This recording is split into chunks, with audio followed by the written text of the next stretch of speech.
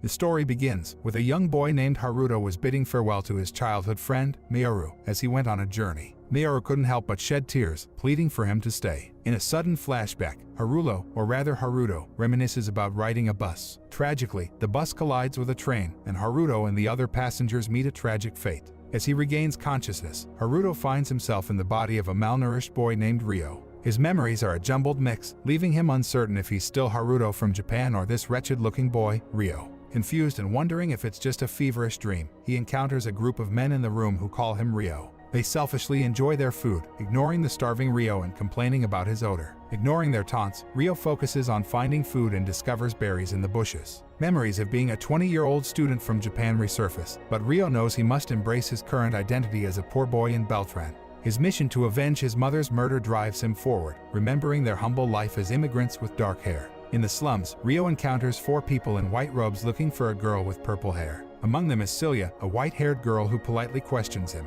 Though he hasn't seen the girl, Celia senses Ryo's strong magical powers and thanks him with a bag of coins before leaving. Back at the house, Ryo is attacked by a masked man. Fortunately, the bag of coins protects him, but as he prepares to retaliate, time stops, and a pink-haired girl appears in an ethereal projection. She teaches him how to use magic, and Ryo combines this newfound power with memories of martial arts from Haruto, knocking out the masked man. Investigating the noises, Ryo finds a purple-haired girl in a bag. She asks him to take her to the royal castle but faints upon seeing the unconscious kidnapper. Ryo agrees and heads towards the castle, but the people from earlier mistake him for a kidnapper, leading to his interrogation. In the house where Ryo was attacked, royal guards inspect the scene, finding the masked man conscious. A mysterious hooded man intervenes, causing the suspect's demise. In the castle dungeon, Charles, the vice captain of the knights, tortures Ryo, accusing him of kidnapping the princess. Ryo maintains his innocence. The purple-haired girl, Princess Flora, wakes up in her room, and Celia and Vanessa fill her in on the events. Convinced of Ryo's innocence, she requests to see him in the dungeon. Celia and Vanessa are shocked at Charles' brutality towards Ryo, and Flora uses her magical abilities to set him free. Ryo passes out but later awakens in a palace room where Celia apologizes for the guards' actions. The king and queen thank him for saving Princess Flora. As a gesture of gratitude, Ryo is offered admission to the prestigious Beltran Royal Academy, which he gladly accepts. However, Ryo feels out of place among the noble students due to his commoner background.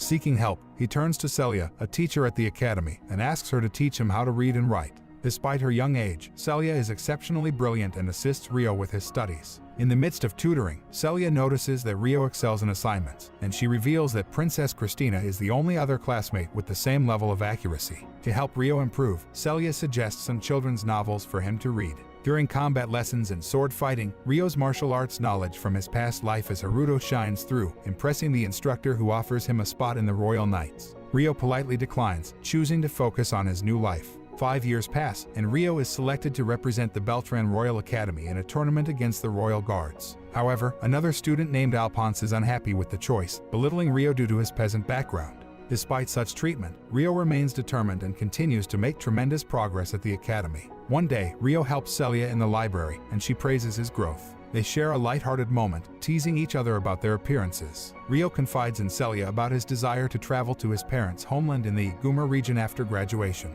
Feeling ostracized by his peers, he longs to discover his roots and embark on a new journey. The exhibition tournament between the Beltran Royal Academy and the Royal Guards begins, with Ryo facing Charles, the vice captain who had tormented him 5 years ago. Ryo remains unfazed by Charles' attempts to intimidate him and faces him with determination for revenge. In the intense duel, Ryo counters Charles' attacks and emerges victorious, leaving Charles disappointed. After the match, Charles confides in an ominous blue-haired man, the ambassador from the Praxia Empire. The ambassador takes an interest when he learns of Ryo's involvement in the incident with Princess Flora 5 years ago. This ambassador is the same hooded figure who had crushed the red crystal, leading to the demise of the masked assailant. In another class, Celia teaches about magic, and the students attempt to cast a spell to create a sphere of light. Ryo faces ridicule from other royal students when he struggles with the same type of magic they use. However, Ryo possesses a unique and special kind of magic different from theirs. He chooses to keep this ability hidden to avoid unnecessary attention. In the days following the incident in the forest, Ryo is nowhere to be found, and he is believed to be missing at the school. Celia overhears Duke Stuart's father announcing publicly that Ryo pushed Princess Flora off the cliff, even though he knows it was actually Stuart who did it. Later, Ryo discreetly visits Celia in her lab, and she's relieved to see that he's okay. She informs him about the Duke's plot and is furious about it, but Ryo remains unfazed and believes that nobody would believe him. To avoid further problems, he decides to travel to the Iguma region, where his ancestors lived, and promises to meet Celia again in the future. After saying his goodbyes, Ryo embarks on his journey. After traveling for 3 days, Ryo arrives in the kingdom of Galark and reaches a market town to get some food. Unbeknownst to him, someone is following him. Once he's done buying food and condiments, he continues his journey through the forest. There, he encounters an unconscious beast girl. When she wakes up, she tries to spit a poison spike at him, but Ryo kicks her away and realizes that she has animal ears, making her a beast girl. Using his magic, he neutralizes the poison. The beast girl, named Latifa, declares that she wants to kill him and attacks him with her knives, but Ryo manages to subdue her and calm her down with a spell. Ryo notices a collar of submission on Latifa's neck and quickly removes it using a magic spell he learned from a book. Through a flashback, it is revealed that Latifa died in the same train accident as Haruto and got reincarnated as a beast girl in the fantasy world. She was captured by the Huguenot family and mistreated by Stuart Daly. After Ryo removes the collar, Latifa thanks him with tears of joy. She doesn't know much about her master, but Ryo quickly connects the dots and realizes that Stuart from the Royal Academy is the same Stuart who mistreated her. Latifa promises not to try to kill Ryo anymore, and he sets her free from her restraints. She asks to follow him on his journey as they both head east, leading to a place called the Wilderness, where beast people and demi-humans live together in peace. Ryo agrees, and they continue their journey together, facing dangerous adventures along the way. One night, Latifa starts talking in her sleep about her parents in Tokyo, and Ryo realizes that she died in the same accident as him. However, he chooses not to reveal this fact to her. Some nights later, when Latifa has a nightmare, Ryo calms her down with a magic spell. He notices the fire outside their camp suddenly goes out, and he sees a large wolf that disappears into a blinding ray of light. 3 demi-humans surround their hut and mistake Ryo for kidnapping Latifa, leading to an attack that renders him unconscious. Ryo eventually wakes up tied to a bed by the demi-humans. Latifa wakes up too and rushes to check on him. Realizing their mistake, the demi-human girls apologize and remove his restraints. Ursula, among them, also apologizes and invites him to stay in the room to recover. The next morning, Ryo finds himself in the village where the demi-humans took him. Ursula, the leader, shows him around, taking him to the ward tree, where Dryas, the spirit of mighty trees, resides. Then, they meet Dominic, a dwarf, and Sildora, an elf, in a conference room. The elders apologize for the misunderstanding and thank Ryo for saving Latifa from slavery. As a gesture of gratitude, they ask what he would like in exchange. Ryo requests to stay in the village and learn about spirit arts and traditions. The elders happily accept his requests. Later, they encounter a green-haired girl named Dryas, the spirit of the world tree, who senses Ryo's spirit inside him. She presumes that he made a contract with a spirit, although Ryo doesn't remember anything of the sort. Dryas confirms his immense magical energy and tells him there's a spirit sleeping inside him. Ryo is then taken to a house where Latifa and the other demi-human girls are waiting for him. They all have dinner together, and Ryo and Latifa are informed they'll be staying with Sarah, Orphea, and Alma. In the meantime, Ryo learns the spirit arts and combat from the people in the village while getting acquainted with them and helping with daily tasks. Elsewhere, the ambassador from Proxia, Reese, rides a griffin with a blonde-haired young man to the entrance of a cave. Reese goes into the cave while the young man waits outside. After a while, Reese emerges with a huge wyvern egg and hands it to the young man. They continue their journey with the egg. A year passes since Ryo settled in the forest village, and a feast is prepared for the Grand Spirit Festival night. Ryo and the villagers enjoy the feast and have fun together. Meanwhile, Reese and the young man arrive in a forest to rest for the night. Reese gives the man a red pill, promising that if he swallows it, they'll know his location at all times. The young man swallows it without hesitation, and Reese leaves to inspect the area, leaving him to watch over the egg. Back in the forest village, Ryo takes Latifa for a stroll in the forest. During their time together, he confides in her that his stay in the village is coming to an end, and he intends to continue his journey to the land of his ancestors. He expresses concern for the danger ahead and hesitates to let her follow him, not wanting to put her in harm's way. However, Latifa becomes upset, expressing her desire to be with him. Meanwhile, in the village, the elders call for a meeting as they sense a large swarm of wyverns heading in their direction. In the wyvern cave, Reese steals the remaining eggs and transports them elsewhere. The demi-humans spot the blonde boy in the forest and decide to investigate. He becomes intimidated and flees on a griffin, but the wyverns start chasing after him, heading toward the village. In the cave, Reese crushes a red stone similar to the one the young boy swallowed earlier, causing the boy to die in midair. Observing the situation, Sarah summons a spirit wolf, and Alma rides it to confront the wyverns. In the meantime, heartbroken Latifa wanders through the forest and encounters the wyvern egg dropped by the young man, which breaks before her. The largest wyvern appears, and in a fit of rage, it tries to kill Latifa with a massive fireball. Alma comes to her rescue, summoning a large lion spirit, but even their combined efforts fail to defeat the wyvern. Latifa gets trapped, but just as the wyvern is about to attack, Rio appears and saves her, flying her to safety. As the situation unfolds, Rio and Latifa find themselves in the midst of a perilous and unpredictable journey where danger, spirits, and powerful forces converge. Their bonds with each other and the spirits they encounter will play a crucial role in determining their fate as they face new challenges and continue to uncover the mysteries of this fantasy world. Ryo, using his enhanced powers, takes on the wyvern in a fierce battle, countering its fiery attack with a powerful energy ball, ultimately defeating it. The other wyverns retreat, leaving the demi-humans astonished at Ryo's prowess. The next day, Latifa finally accepts Ryo's departure and reveals that she was once a human from Japan who died and reincarnated into this fantasy world. Ryo acknowledges his own reincarnation and bids farewell to the elders and villagers who gift him various items, including a mithril sword, armor made from wyvern skin, potions, medicines, food, and a magical storage device. 2 weeks after arriving in the Iguma region, Ryo still hasn't found any information about his parents. He arrives in the village of Karasuki, where he meets Chief Yuba, who turns out to be his grandmother. Yuba confirms that Ryo's parents, Zen and Iam, had left the village years ago for reasons she can't disclose yet, and asks him to stay until she's ready to reveal more. Ryo agrees and discovers that both Yuba and his cousin Ruri can also use spirit magic.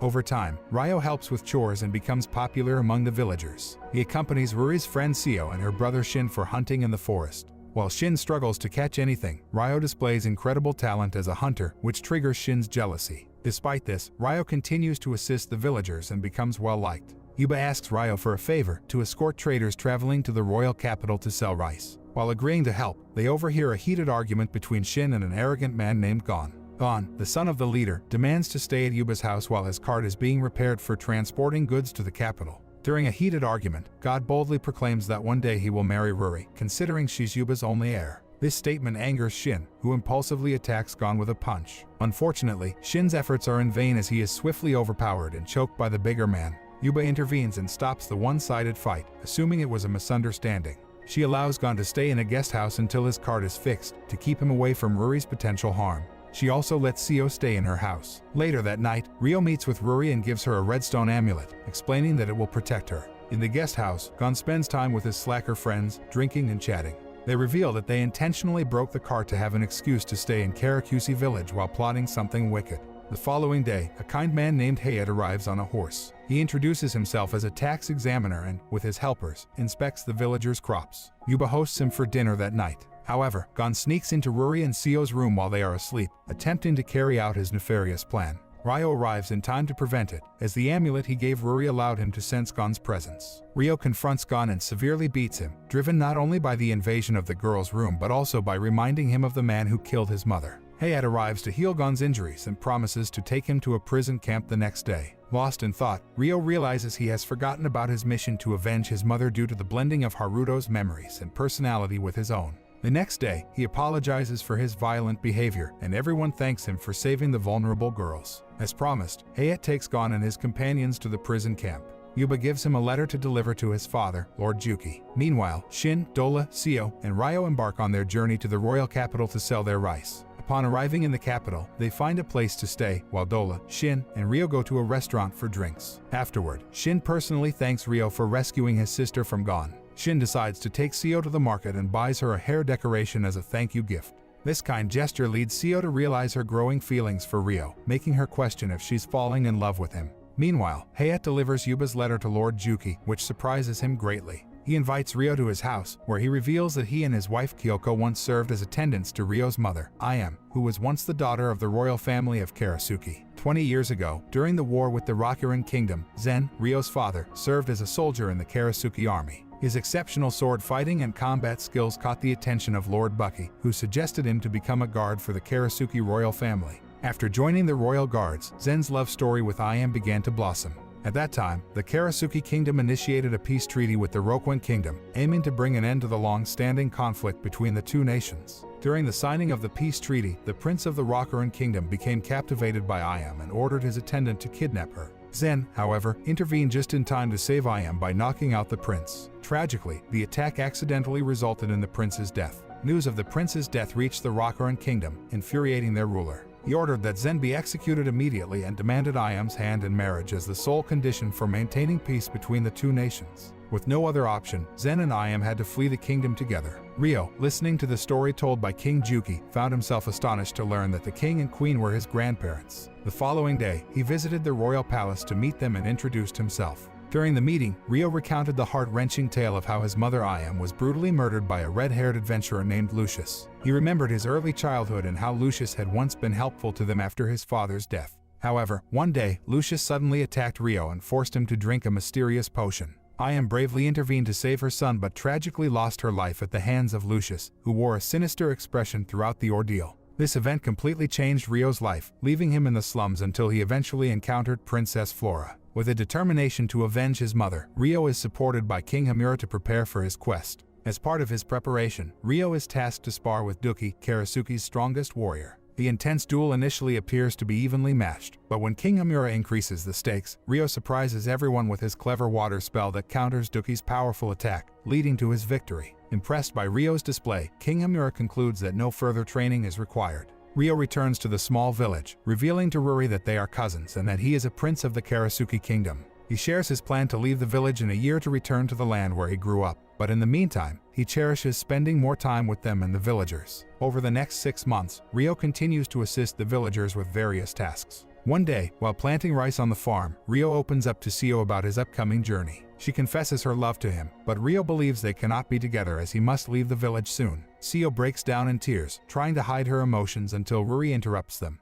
Ryo realizes the impact of his decision on their hearts but remains firm in his resolve. As time passes, Ryo practices his spirit arts daily, growing stronger with each passing day. When he feels more confident, Seo takes him into the forest for a private conversation. She once again expresses her love for him, but Ryo gently explains that their paths are not aligned, as he has to embark on his journey soon. Once again, Ryo finds himself breaking another heart as Seo immediately starts crying upon learning that he is leaving the village. Ruri interrupts them, making Ryo feel the weight of the emotions in the room. Over the next 6 months, Seo dedicates herself to practicing her spirit arts daily, hoping to grow stronger and join Ryo on his journey. Despite her determination, Ryo remains steadfast in his decision, apologizing to her while acknowledging the pain he's causing. When the time comes, Ryo bids farewell to Yuba, Ruri, and the villagers before setting off on his journey alone. At the village's exit, Seo waits for him, finally coming to terms with his departure. They say their goodbyes and promise to meet again someday. Continuing on his journey, Ryo makes a stop at the forest village, where he reunites with Latifa and the other demi-humans. Embracing the warm welcome, Ryo decides to stay in the village for a few months. During his stay, Ryo comes up with a brilliant idea to build a mobile house that he can carry in his space-time storage device. Dominic, impressed by the idea, offers to build the house for him.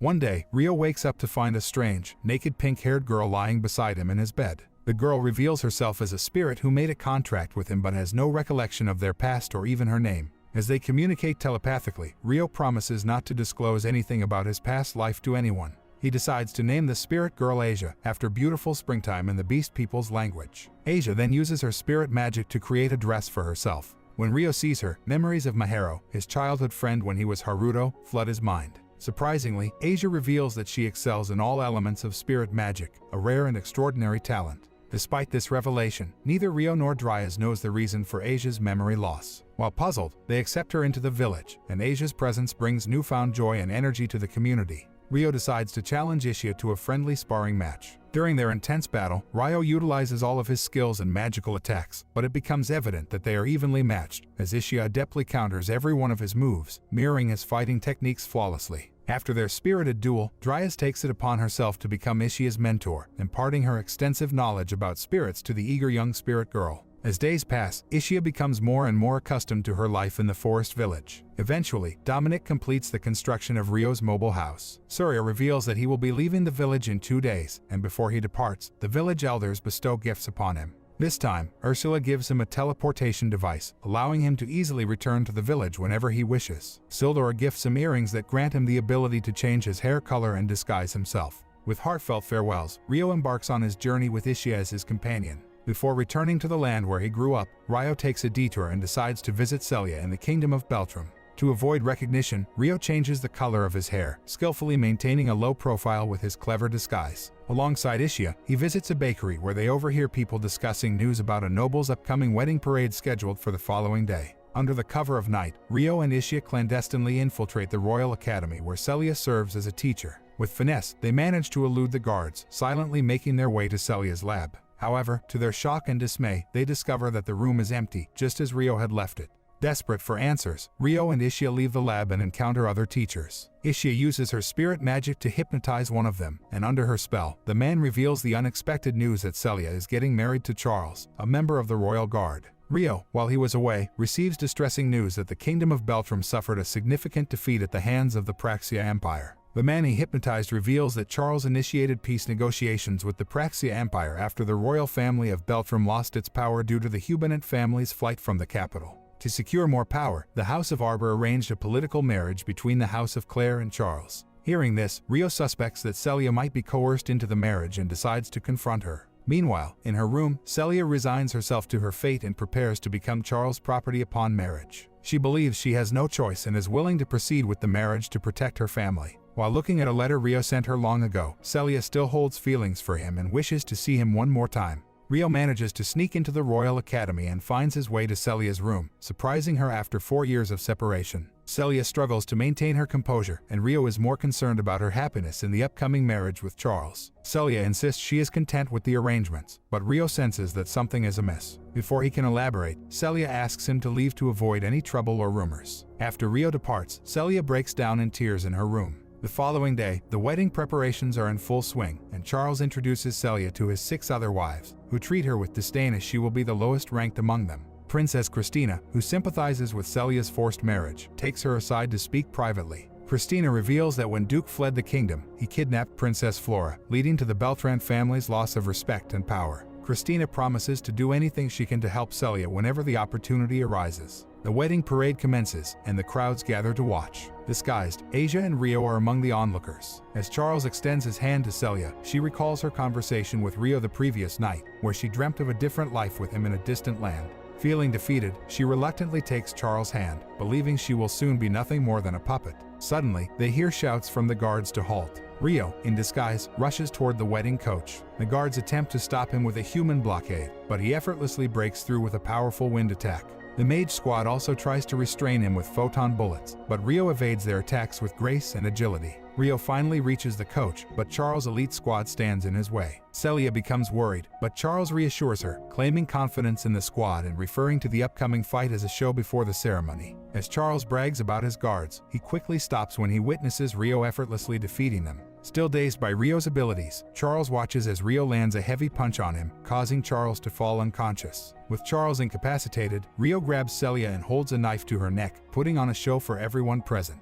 The onlookers become enraged, but Ryo telepathically communicates with Celia, assuring her that he won't harm her. He reveals that he knows she's not willing to go through with the wedding and asks her if she truly wants to proceed. Ryo is determined not to lose someone important to him, drawing strength from memories of his mother. At first, Celia is hesitant, but Ryo persuades her to admit her true feelings. She confesses that she wants him to end the wedding and take her away. Hearing her confession, Ryo immediately acts on the plan and kidnaps Celia, instructing her to play along with the act. Carrying her in his arms, Ryo runs away, pursued by the guards and mages. In the dark alley, Ryo hands Celia over to Asia, who plans to escape the royal capital with her and meet up with Ryo later at a rendezvous point. Meanwhile, Ryo returns to the streets to face off against all the guards, skillfully avoiding lethal force. Alfred, the strongest knight in the kingdom, emerges to challenge Ryo with a magic-coated sword. Ryo and Alfred engage in a fierce battle, with Ryo blocking and dodging Alfred's powerful attacks. Alfred attempts to overpower Ryo with a spell-infused attack, but when the dust settles, Ryo is nowhere to be found.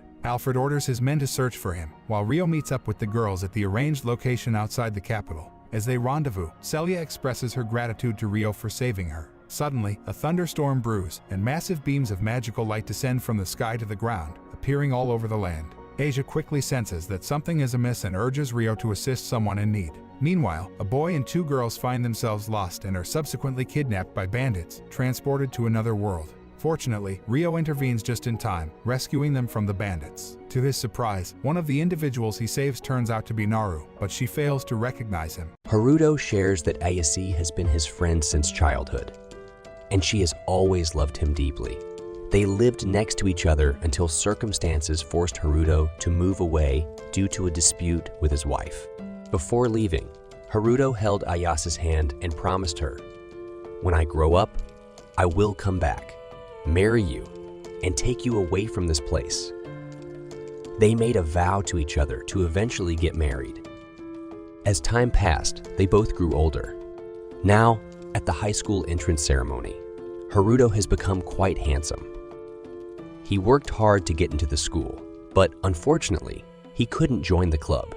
Wanting to return to his old neighborhood, Haruto pressured his father, but due to high expenses, he didn't want to burden him further.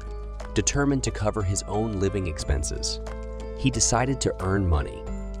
From a distance, Haruto saw Takahisa talking to some girls before they left. Shortly after, Aki greeted them, saying it had been a long time. He complimented Satsuki, telling her she had become very beautiful, which made her overjoyed. Satsuki offered to treat them, but then something strange happened.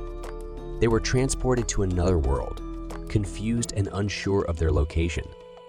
When Satsuki checked her phone, she realized the network was out of coverage.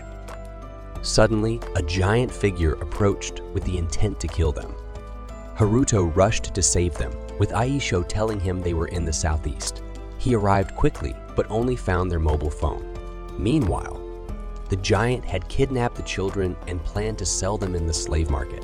Miharu pleaded for their release, but the man couldn't understand her language. As Haruto continued his search, he noticed smoke rising and headed toward the location. The kidnappers acted swiftly, hiding the children behind a curtain. Haruto approached the group, asking if they had seen the owner of the mobile phone. One man claimed to have seen nothing, but Haruto heard the children calling for help. Realizing they were the ones he was searching for, he confronted the gang. The leader ordered his men to kill Haruto, but Haruto unleashed his full strength and skillfully dodged their attacks. Though Haruto initially wanted to capture the leader and negotiate, the situation escalated, and he ended up defeating all the men. One of them tried to strike again, but Haruto stabbed him in the stomach. Haruto then ordered the leader to release the kidnapped children. The leader complied, freeing Sendo and Aki. When Haruto asked if they were the only captives, Sendo mentioned that a girl was still in the car. Haruto used his magic to open the box and found Ayase inside, shocked to see her. Haruto asked Ayase what she was doing there. After rescuing everyone, Haruto and the group began their journey back to town. He spoke with Aisha, informing her that he saved the people she referred to and asking her to find him if she knew his location. She agreed and mentioned bringing Celia with her. Once the conversation ended, Ayase thanked Haruto for his help, saying she didn't know what would have happened without him. She introduced herself and Haruto did the same, omitting his family name. Haruto noticed a resemblance between Aki and someone he once knew. Sendo then revealed that he was Aki's brother, which surprised Haruto, who didn't recall having a younger brother or carrying the Amikawa family name. Haruto wondered if his mother had remarried. To explain, Haruto suggested they rest in a spot in the forest, where he could share more about why he lacked a family name. In the forest, Haruto used his magic to reveal a small rock, explaining that it was more than it seemed. Celia and Aisha arrived, flying through the sky. Celia rushed to check on Haruto and greeted the children, saying that Aisha had told her about them. Haruto introduced Celia, explaining that she had been his teacher and that he owed her a lot. Ayase met Celia, but they struggled to communicate because of the language barrier. Haruto clarified that Ayase didn't speak their language. Then, Aisha acted strangely, kissing each of them on the forehead, leaving everyone confused about what had just happened. Aisha explains that she created a temporary connection between them, allowing her to translate their words in real time. Haruto asks how she did it, but she responds that she can because he understands the languages. If he didn't, she wouldn't be able to. Then, she tells him she's hungry, so Haruto invites everyone to come inside the rock. When they enter, they are shocked by how spacious it is. Haruto informs them that the house even has a bathroom they can use freely. The girls head to the bath together, and Celia reveals that Haruto's real name is Ryo, and Aisha is the spirit connected to him. which explains her ability to translate instantly for them. Masato remarks that they've arrived in a fantasy role, playing world, to which Haruto replies that he didn't play many games in his previous life. So he's unsure. The only difference, Haruto adds, is that unlike a game, there's no reset button.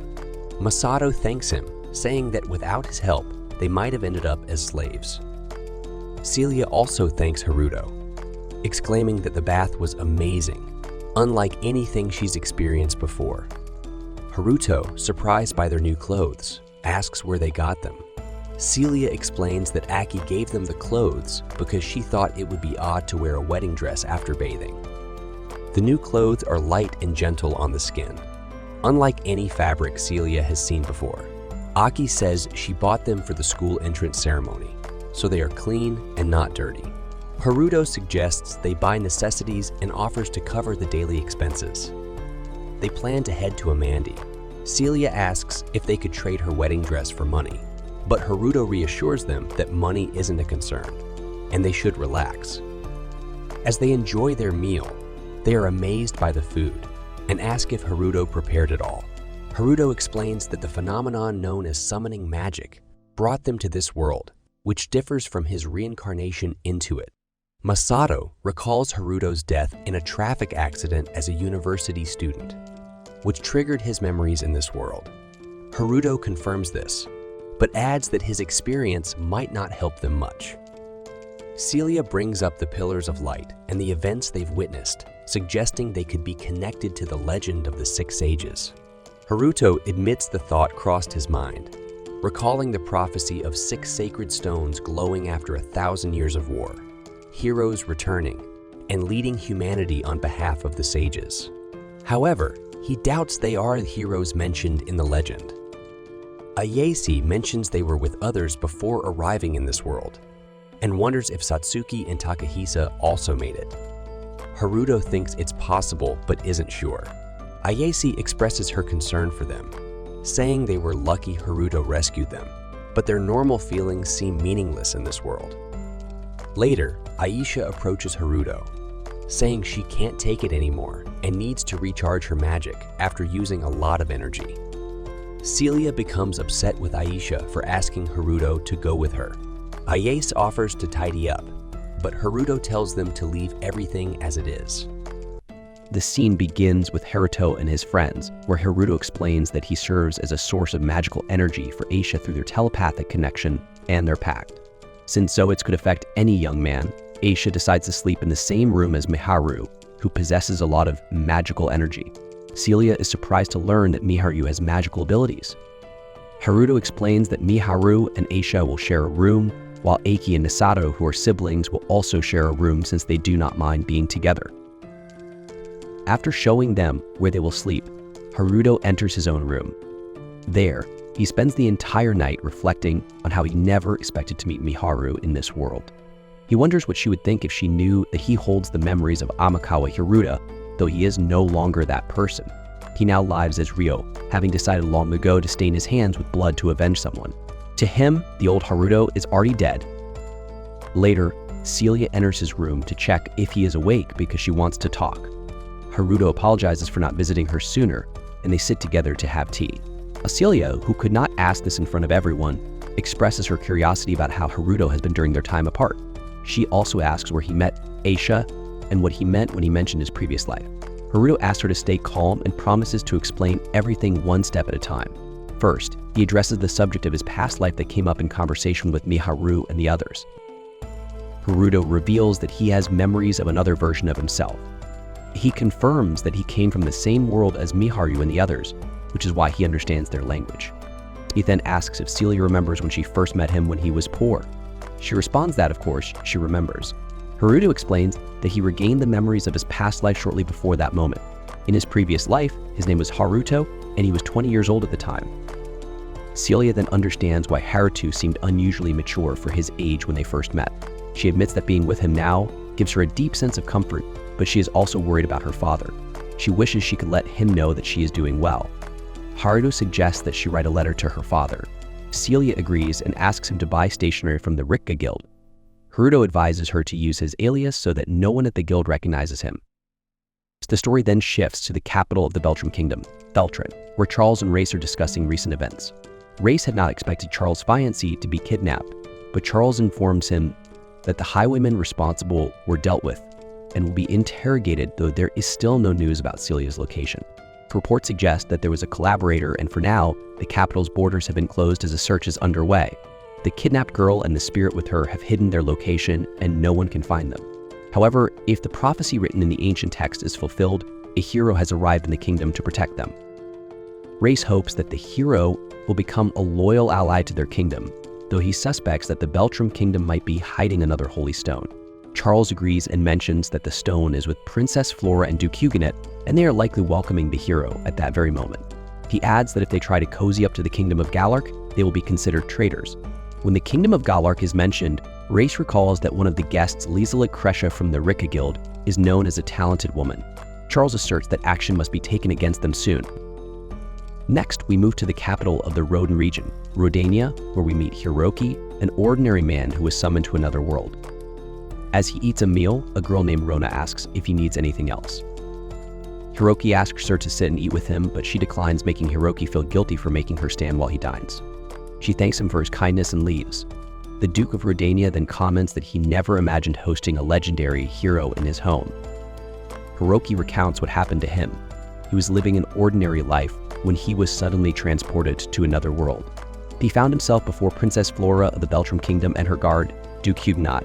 Hiroki realizes that this is the beginning of a typical summoning story, and in this world, everyone believes him to be the hero, as foretold by the 6 sages. After 1,000 years since the founding of the Sacred Era, heroes are said to appear wherever holy stones exist. Hiroki is amazed by what has happened, but when he looks beside him, he sees his sword and realizes that he is indeed a hero. Flora asks for his name, and Hiroki introduces himself as Hiroka. Despite his status as a hero, they treat him like a general worker due to his humble behavior. This makes Hiroki decide to act more superior and express his confusion at being suddenly called a hero. He points out that the sacred stone in Princess Flora's possession is what summoned him, and he wishes to return to his normal life. Duke Huguenot admits that this situation could be seen as kidnapping, which upsets Hiroki, who explains that his life in his own world was forcibly taken from him. Flora apologizes, explaining that the sudden events have also left her shaken. Hiroki reassures her not to blame herself, as he is the one in a difficult situation. At that moment, the Duke's son interrupts, ordering Hiroki to speak respectfully to the princess, but the Duke commands his son to be silent and apologize to Hiroki. The Duke then explains that the situation was a misunderstanding and promises to clarify everything. He asks Hiroki to listen carefully as he details the current state of the kingdom. The scene begins with Haruto and his friends leaving the house to go shopping, except for Eiki and Misato, who stayed behind. Haruto reassures them that the house is protected by a magical barrier, so they should not leave. Ishia takes Celia and flies with her into the sky. Haruto then offers to take Mitharu, and she agrees, amazed by the view as they fly through the air. Haruto remarks that she seems to be enjoying the new perspective from up high. Miharu responds, saying it is a beautiful sight she has never seen before, and that she feels safe as long as she is with him. Celia, flying with Hishia, asks her about Rio. Hishia explains that all of Haruto's memories flow into her through their spiritual pact, where 2 souls are linked. Celia admits that knowing Hishia shares memories with Rio makes her feel a little lonely. Hishia reassures her, saying that Haruto has changed and now relies on others, thanks to Celia being the first to extend a helping hand when he was alone. Celia smiles, promising to continue supporting him just as she did in the past. They arrive at their destination, and Haruto tells Miharu that they will refer to Celia as Cecilia in town and change her hair color since black hair is uncommon. Haruto changes his own appearance and gives earrings to Celia and Miharu. In the bustling commercial city of Galar Kingdom, the group is amazed by the vibrant atmosphere. Celia comments that the city is lively, just as the rumor suggested. They ask Haruto various questions about the area, and he answers, mentioning that the Rika Guild offers a wide variety of food, including pasta similar to what they have on Earth. They decide to buy some later. At the guild, they are greeted by Chloe, who handles visitor services. Haruto asks Chloe to take care of the girls while he leaves for an hour, and Hishia translates for Miharu. Celia suggests they look for clothes, and Chloe encourages them to try on anything they like. Celia and Miharu eagerly explore, trying on several outfits. Miharu compliments Celia, saying that her outfit suits her well. Meanwhile, Haruto is searching for something in the city but is unable to find it. The scene returns to the girls, where Celia requests stationery and Chloe takes her to get some. When Haruto returns, he asks Miharu if she found anything she liked. Miharu hands him some clothes she picked for him, saying she thought they would suit him. Celia is impressed by her taste, and Haruto thanks Miharu, admitting he had been thinking about getting more casual clothes. Chloe informs Haruto that there is a promotion on men's clothing and offers a discount if he buys a set. Haruto remarks that the Rika Guild is skilled at sales and decides to pick out everything he needs. The scene then shifts to the capital of Beltrum, where a maid informs Liselot that the situation is escalating against the kingdom. Liselot speculates that the Beltrum kingdom wants to control information related to recent events, which has made it difficult for her to manage her business. The maid suggests that Liselot take a break from work and enjoy some leisure time.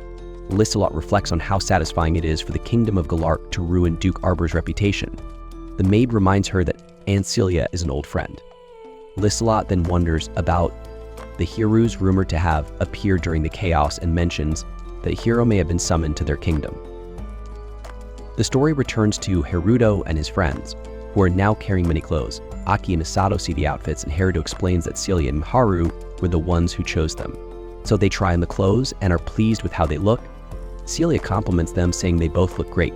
Suraru then informs the group that he was unable to find specific information about Satsuki and Takahisa, but shares that, according to the legend of the Six Sages, the heroes have arrived. He tells Miharu that the summoning process might have included her and the others. Everyone is surprised by this revelation. Aki asks if this is similar to being the main characters in a video game. Haruto responds that there are 6 heroes, so it is possible they are among them. Misato expresses the desire to search for their brother if he is in this world. Suraru advises them to first learn the language and customs of this world. Miharu agrees, saying they cannot keep relying on their brother.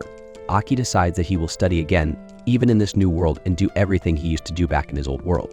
Haruto adds that he knows some trustworthy people who can offer guidance on how to move forward.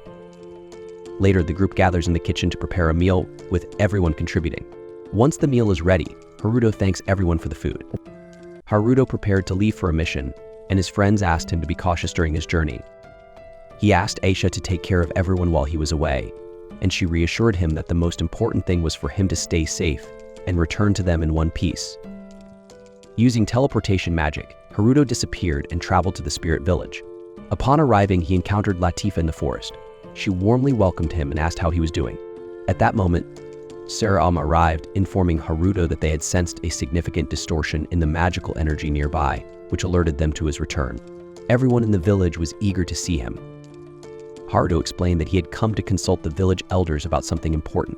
Alma quickly informed the head elder that Haruto wanted to meet with him. When Haruto met with the elders, he told them that the overwhelming flow of Auto and mana from the Straw region was caused by the Pillars of Light, which he believed to be a form of temporal magic used to summon people from another world. He mentioned rumors of 6 heroes who appeared during the war between humans and demons. The head elder asked why Haruto believed the heroes were summoned from another world. Haruto explained that he had seen 3 people from another world, though they weren't directly connected to the Pillars of Light. They had witnessed 2 individuals being pulled through a tear in space, confirming that those 2 had been summoned. Haruto believed the 3 people he encountered were victims of the summoning process. One of the elders asked if Haruto had communicated with people from another world before. Haruto responded that he understood their language because he had lived in that world in a past life. The elders were shocked, but Haruto asked to explain more later. For now, he hoped they understood his explanation. The elders agreed and decided to let the 3 summoned people and the person with them stay in the village for a short time. Haruto intended to find a way to return those 3 to their world. However, it was difficult for him to act freely while they were under his protection. His knowledge of space-time magic wasn't as advanced as the village experts. One elder asked about the other person Haruto mentioned.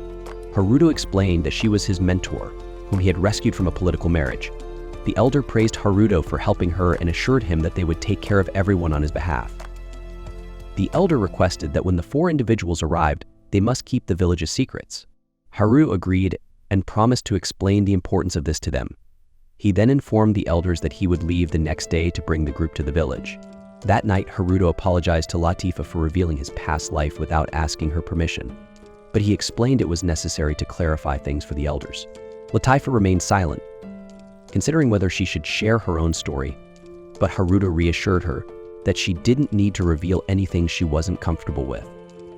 Latifa learned from Haruto that the people he mentioned were Japanese, which implied that Haruto had also revealed his own Japanese identity. He explained that if he hadn't told the elders, they would have questioned how he understood their language. Haruto asked Latifa to keep this information a secret between the two of them. Haruto then reminded her that even if other people from Japan appeared, she was still special to him. He asked if she remembered when he told her about his past life, mentioning that he had loved his childhood friend and had a younger sister who lived far away after their parents' divorce. His sister Sandy and Aki were now with him in this world, but they seemed to have no memory of him. Haruto believed they must be feeling emotionally unstable. He added that while he was no longer a Mako Haruto, he wanted to keep that part of himself a secret, shared only with Latifa. The next day, Haruto said goodbye to the villagers and told them he would return in 2 weeks. Latifa asked him to take care of himself, and Haruto left to rejoin his friends. If you're enjoying it, don't forget to like, share, and subscribe to our channel for more anime recaps. The scene then shifts to the capital of the Beltram Kingdom, Beltran, where Lysolata is speaking with the king. She informed him about the events in the royal capital. The king thanked her and asked her to summon Duke Huguenot. He explained that their sacred stone had summoned a hero who was a girl about Lysolata's age. The king planned to invite ambassadors from neighboring kingdoms and host a banquet to present the hero. He asked Lysolata to deliver the invitation on his behalf. Lysolata humbly set him the king's task. The king then mentioned that their hero was a capable man named Sakata Hiroki and noted that in his culture the family name came first. Lysolata was surprised and said that the name brought a sense of nostalgia, although she had never heard a name like that before. The king then explained that the hero summoned to their kingdom was named Zuki, and she was from the same country as Hiroki. He suggested it would be best for Lysolata to meet her. The king asked Charlotte to show Zuki the way to the meeting. When they arrived, Zuki welcomed them and expressed her happiness to meet Lysolata. Later that night, the scene shifted to a man speaking with a group of monsters. He remarked that it was no surprise the Rika Trading Company had made the town their operations base, as they were skilled at everything. He had found some excellent empty statues and instructed the monsters to search for anyone in the forest on the outskirts of Amandi who was surrounded by a large amount of magic. He ordered them to bring these people to him alive and to kill as many witnesses as possible before sunset the following day. He intended to use the opportunity to make some money and then disappear for a while. The following day, the scene returned to Haruto's house. Miharu asked Aki when Haruto would return. Aki, clearly frustrated, responded by saying that Miharu had been talking about Haruto since the previous night. She questioned how long they would continue living like this, mentioning that they should have started a new chapter at school and opened a new page in life. Aki also expressed concern about their missing friends and how she hadn't seen their mother or anyone else familiar. Miharu reassured Aki, telling her not to worry. She said they would search for their friends and believed that Haruto was doing a lot for them. All they could do was trust him. Aki then asked Miharu what she thought of Haruto, noting that Miharu usually got nervous around men but acted normally with him. Miharu replied that they relied on him and that she thought he was a kind person. Suddenly, outside the house, they encountered monsters, causing them to panic. Miharu urged everyone to hurry back inside, but one of the monsters charged toward them. I stepped in and attacked the monster. Meanwhile, Masato and Celia heard the sounds of the battle. Celia told Masato to stay put, while Miharu and Aki, terrified, asked Ai what the creature was. Ai explained that it was a monster, likely drawn to the area by the magical energy of the barrier. She urged them to go back inside, remembering Haruto's words about protecting everyone. She declared that she would keep them safe. Just then, Celia arrived to help Ai and told her to leave the monsters to her. As the creatures approached, Haruto finally arrived and struck one of the monsters. He thought to himself that the resistance of the monster was incredibly strong. He asked Ai if she knew anything about them, but she said she didn't, only noting that the ones with a darker color were usually stronger. Haruto faced the monster as it charged at him. He observed that it moved in straight lines and had a wide sweeping attack. He struck it with his sword, noticing that its life force was incredibly strong. When the monster finally died, it revealed a red gem. I informed him that she had taken care of the rest of the monsters. Haruto thanked Celia, but then glanced back at the dead monster, thinking that the way it moved its mouth at the end was strange, almost as if it had been saying, "Please kill me." Aki apologized to Haruto for going outside, admitting that it was her fault. Haruto reassured her and then mentioned that he smelled something delicious, saying that he was starving. He suggested they move to another house. Afterward, it was revealed that the monsters had killed many people. A man commented that one group of monsters hadn't returned, wondering if they had been killed. He noted that taking down a group of resurrected, enhanced beings wouldn't be easy, and that their absence would delay his plan. He then decided to create a new empty doll, wondering how many would cry this time. Haruto prepared to leave for a mission, and his friends asked him to be cautious during his journey. He asked Aisha to take care of everyone while he was away, and she reassured him that the most important thing was for him to stay safe and return to them in one piece. Using teleportation magic, Haruto disappeared and traveled to the spirit village. Upon arriving, he encountered Latifa in the forest. She warmly welcomed him and asked how he was doing. At that moment, Seirei arrived, informing Haruto that they had sensed a significant distortion in the magical energy nearby, which alerted them to his return. Everyone in the village was eager to see him. Haruto explained that he had come to consult the village elders about something important.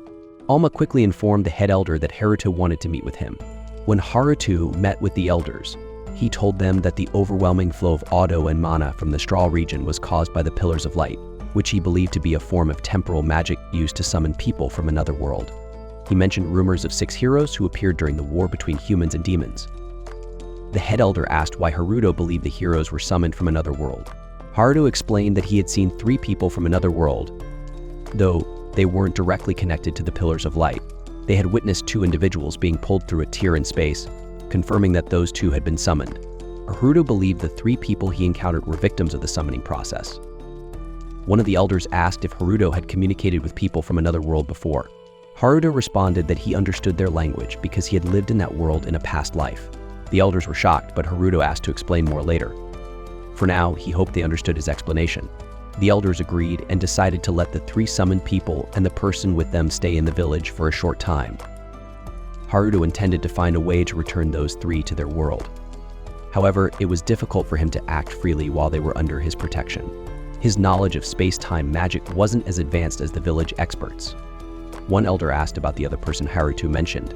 Haruto explained that she was his mentor, whom he had rescued from a political marriage. The elder praised Haruto for helping her and assured him that they would take care of everyone on his behalf. The elder requested that when the 4 individuals arrived, they must keep the village's secrets. Haruto agreed and promised to explain the importance of this to them. He then informed the elders that he would leave the next day to bring the group to the village. That night, Haruto apologized to Latifa for revealing his past life without asking her permission, but he explained it was necessary to clarify things for the elders. Latifa remained silent, considering whether she should share her own story, but Haruto reassured her that she didn't need to reveal anything she wasn't comfortable with. Latifa learned from Haruto that the people he mentioned were Japanese, which implied that Haruto had also revealed his own Japanese identity. He explained that if he hadn't told the elders, they would have questioned how he understood their language. Haruto asked Latifa to keep this information a secret between the 2 of them. Haruto then reminded her that even if other people from Japan appeared, she was still special to him. He asked if she remembered when he told her about his past life, mentioning that he had loved his childhood friend and had a younger sister who lived far away after their parents' divorce. His sister Sandy and Aki were now with him in this world, but they seemed to have no memory of him. Haruto believed they must be feeling emotionally unstable. He added that while he was no longer a Mako Haruto, he wanted to keep that part of himself a secret, shared only with Latifa. The next day, Haruto said goodbye to the villagers and told them he would return in 2 weeks. Latifa asked him to take care of himself, and Haruto left to rejoin his friends. If you're enjoying it, don't forget to like, share, and subscribe to our channel for more anime recaps. The scene then shifts to the capital of the Beltram Kingdom, Beltran, where Lysolata is speaking with the king. She informed him about the events in the royal capital. The king thanked her and asked her to summon Duke Huguenot. He explained that their sacred stone had summoned a hero who was a girl about Lysolata's age. The king planned to invite ambassadors from neighboring kingdoms and host a banquet to present the hero. He asked Lysolata to deliver the invitation on his behalf. Lysolata humbly set him the king's task. The king then mentioned that their hero was a capable man named Sakata Hiroki and noted that in his culture, the family name came first. Lysolata was surprised and said that the name brought a sense of nostalgia, although she had never heard a name like that before. The king then explained that the hero summoned to their kingdom was named Zuki, and she was from the same country as Hiroki. He suggested it would be best for Lysolata to meet her. The king asked Charlotte to show Zuki the way to the meeting. When they arrived, Zuki welcomed them and expressed her happiness to meet Lysolata. Later that night, the scene shifted to a man speaking with a group of monsters. He remarked that it was no surprise the Rika Trading Company had made the town their operations base, as they were skilled at everything. He had found some excellent empty statues and instructed the monsters to search for anyone in the forest on the outskirts of Amandi who was surrounded by a large amount of magic. He ordered them to bring these people to him alive and to kill as many witnesses as possible before sunset the following day. He intended to use the opportunity to make some money and then disappear for a while. The following day, the scene returned to Haruto's house. Miharu asked Aki when Haruto would return. Aki, clearly frustrated, responded by saying that Miharu had been talking about Haruto since the previous night. She questioned how long they would continue living like this, mentioning that they should have started a new chapter at school and opened a new page in life. Aki also expressed concern about their missing friends and how she hadn't seen their mother or anyone else familiar. Miharu reassured Aki, telling her not to worry. She said they would search for their friends and believed that Haruto was doing a lot for them. All they could do was trust him. Aki then asked Miharu what she thought of Haruto, noting that Miharu usually got nervous around men but acted normally with him. Miharu replied that they relied on him and that she thought he was a kind person. Suddenly, outside the house, they encountered monsters, causing them to panic. Miharu urged everyone to hurry back inside, but one of the monsters charged toward them. Ai stepped in and attacked the monster. Meanwhile, Masato and Celia heard the sounds of the battle. Celia told Masato to stay put, while Miharu and Aki, terrified, asked Ai what the creature was. Ai explained that it was a monster, likely drawn to the area by the magical energy of the barrier. She urged them to go back inside, remembering Haruto's words about protecting everyone. She declared that she would keep them safe. Just then, Celia arrived to help Ai and told her to leave the monsters to her. As the creatures approached, Haruto finally arrived and struck one of the monsters. He thought to himself that the resistance of the monster was incredibly strong. He asked Ai if she knew anything about them, but she said she didn't, only noting that the ones with a darker color were usually stronger. Haruto faced the monster as it charged at him. He observed that it moved in straight lines and had a wide sweeping attack. He struck it with his sword, noticing that its life force was incredibly strong. When the monster finally died, it revealed a red gem. Ai informed him that she had taken care of the rest of the monsters. Haruto thanked Celia, but then glanced back at the dead monster, thinking that the way it moved its mouth at the end was strange, almost as if it had been saying, "Please kill me." Aki apologized to Haruto for going outside, admitting that it was her fault. Haruto reassured her and then mentioned that he smelled something delicious, saying that he was starving. He suggested they move to another house. Afterward, it was revealed that the monsters had killed many people. A man commented that one group of monsters hadn't returned, wondering if they had been killed. He noted that taking down a group of resurrected, enhanced beings wouldn't be easy, and that their absence would delay his plan. He then decided to create a new empty doll, wondering how many would cry this time. This brings an end to our episode. Thanks for watching. The next morning, a dragon soared over Nor, the land of Decretia. Nearby, a ship's captain spotted it, and sensing danger, chose to make an emergency landing. Lysila praised his wise decision, and the captain felt honored by her words. Meanwhile, Arya pointed out what looked like the enchanted airship of Duke Huguenot's family. Soon the Duke, along with Baronet Boxa and the hero Sakata Hiroki, greeted the crew. Hiroki asked if Lysila had met the hero of Beltram, and she confirmed she had, even delivering an invitation to him. Curious, she asked why so many were gathered here. Hiroki explained that Huguenot had business in Galark and was stopping in Amand, so he accompanied him. However, they'd encountered a dragon in the sky. Huguenot said they needed a meeting to share information, and Baronet Boxa offered his mansion, though he worried it might be too small. Meanwhile, Rio and his group admired Marcus Roden's land. Though his lord had been exiled from the royal capital, Rio was impressed by the lively place. After a brief distraction, Rio and Tanya lost sight of Aisha, only to find her at a market stall snacking. Embarrassed, Rio offered to pay, but the vendor said her meal was already covered by a man who'd worked preparing the hero's ship and wanted to share his good fortune. He also mentioned that the hero's ship had left that morning with a princess heading for Galark. That night in Nor, Lysila told Hiroki that humans were still unprepared to face a dragon. If the worst happened, they might even need to evacuate the city. The Baron reassured her that the citizens of Nor were safe under his care, and she thanked him for his efforts. She then asked Duke Huguenot's thoughts, but he seemed uncertain. Hiroki asked what she planned to do. and she replied that she would return to a man by land to avoid provoking the dragon. They would leave in the morning to arrive before nightfall. Hiroki found it reckless that Lissalot would travel with only her servants, but she assured him they were well trained in martial arts. Rowena gently reminded Hiroki not to pry into others' choices, and he understood. Still, Hiroki insisted on accompanying her, as he had pledged to protect the Duke and his allies. The Duke affirmed that Lissalot would not be his responsibility if anything happened, and he asked Flora's opinion. She agreed they couldn't leave Hiroki on his own. Hiroki assured them he would be there to help if any trouble arose. With determination, he summoned his divine weapon, Yamada no Orochi, to be ready. The next morning, as the convoy prepared to depart, a warrior named Raymond Brandt, a captain under Duke Huguenot, introduced himself. He expressed sympathy for Aria's family, and she thanked him for his kindness, adding that Lissalot had received her warmly. Juvenet then announced that the hero had arrived, and the group set off for Amand. After a while, Hiroki mentioned that traveling by carriage wasn't so bad. Rona reminded him to stay alert. Lissalot noticed Flora seemed uncomfortable on the bumpy ride and encouraged her to speak up if she felt ill. Flora, a girl with purple hair, said she wasn't much of a talker and preferred to listen. Lissalot apologized if she seemed intrusive but expressed her eagerness to know more about Flora, who was happy to chat. Hiroki chimed in, asking them to include him in their conversation. Suddenly, Iria ordered the carriage to stop. A monster was nearby, and she instructed the fighters to prepare for battle. One of Lissalot's servants activated a lever, triggering a defense system that shielded the passengers. As the soldiers scanned the area, they noticed an overwhelming number of monsters lurking in the forest. Eden ordered them to raise their shields against the stones hurled by the enemies, while she and other servants cast a magical barrier. Raymond called for the wounded to be brought near the carriage, instructing Huguenot to stay inside. Aria joined the captain in setting up a front defense, while a soldier reported that monsters were blocking the road behind. Soon, hundreds of enemies appeared, attacking relentlessly. Aria urged Lissalot to stay safe in the carriage, which could withstand a few rocks.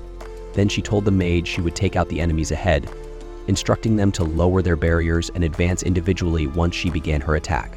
She ordered the knights to hold the line. With the strategy set, Aria unleashed a powerful magic cannon, destroying many monsters, then charged at high speed, cutting down hordes. Her companions understood why she was called the head-cutting princess. The second in command directed 4 allies to guard another area while she, Natalie, and Chloe managed their section. She told Chloe to stay behind the knights and pick off weaker monsters with the photon bullets, careful not to hit their allies. Then the leader joined Natalie and they activated their physical enchantment to join the fray. Watching from above, a mysterious man noted that this skilled maid must be Lissalot Krisha's right hand. He observed the strong defenses on both sides and Lissalot's capable team, yet he saw weaknesses he could exploit. Meanwhile, inside the carriage, Hiroki and the others were unsure how to react. Hiroki grew anxious, and Lissalot reassured him that the warriors outside were professionals. Yet Hiroki pointed out that, despite their skills, they hadn't resolved the battle quickly. Flora encouraged him to trust the others, but he struggled, as he didn't know these soldiers. Flora lost her calm at his distrust, and Lissalot gently took her hand, admitting she was scared too, though ashamed to show it. Lissalot asked if she could hold Flora's hand, and Flora agreed. Inspired, Hiroki held Rona's hand, promising to protect her with his Yamada no Orochi. She responded by hugging him. Suddenly, a heavy object struck the carriage, shaking it violently. At this, Hiroki's patience snapped. He summoned his weapon and stepped outside, bringing Rona with him. Flora suggested she and Lissalot join, but Lissalot told her to wait while she assessed the situation. Exiting, she activated her magical barrier and scanned the monstrous threats lurking in the forest. Lissalot pulled Flora outside, regrouping with Hiroki and Rona. Hiroki, unusually tense, muttered that a hero with cheat-like powers should be the one leading the battle. Lissalot then asked Rona to protect Flora so she could tend to the wounded with her magic. Leaving Hiroki concerned about an impending twist, Lissalot moved among the injured to heal them. Soon, Ira arrived, reporting heavy pressure on both the front and rear lines. Lissalot assured her she trusted her abilities, and Iria hurried back into the battle. Meanwhile, the hooded man watched as Arya headed to the rear, thinking his distraction had succeeded. With skillful swordplay, Arya cut through the enemy forces, leaving Raymond Brandt in awe. She then returned to him, announcing she would clear the monsters in this area, and asked him to support her on the flanks. Just then, a new threat emerged: a Minotaur, a legendary beast from the Divine Demon War. Recognizing it, Rona felt dread as the massive creature approached Lissalot. To defend her, Arya intensified her attacks, drawing the Minotaur's attention, but the creature was powerful enough to fling the carriage aside like it was weightless. The Minotaur then reached to crush Flora, but Liselot intervened just in time. At that moment, Rio appeared like a shadow, slicing off the Minotaur's hand. As the beast's sword fell, Rio used it to pierce the creature's back. Afterward, he announced he was here to help, and Flora remembered when he'd first come to her rescue against a Minotaur. Another Minotaur soon emerged, and Rio raised his enchanted sword, charging at it. Blocking the monster's strike, his blade created a hurricane, pushing it back through the forest. Yet, the Minotaur returned, angrier than before.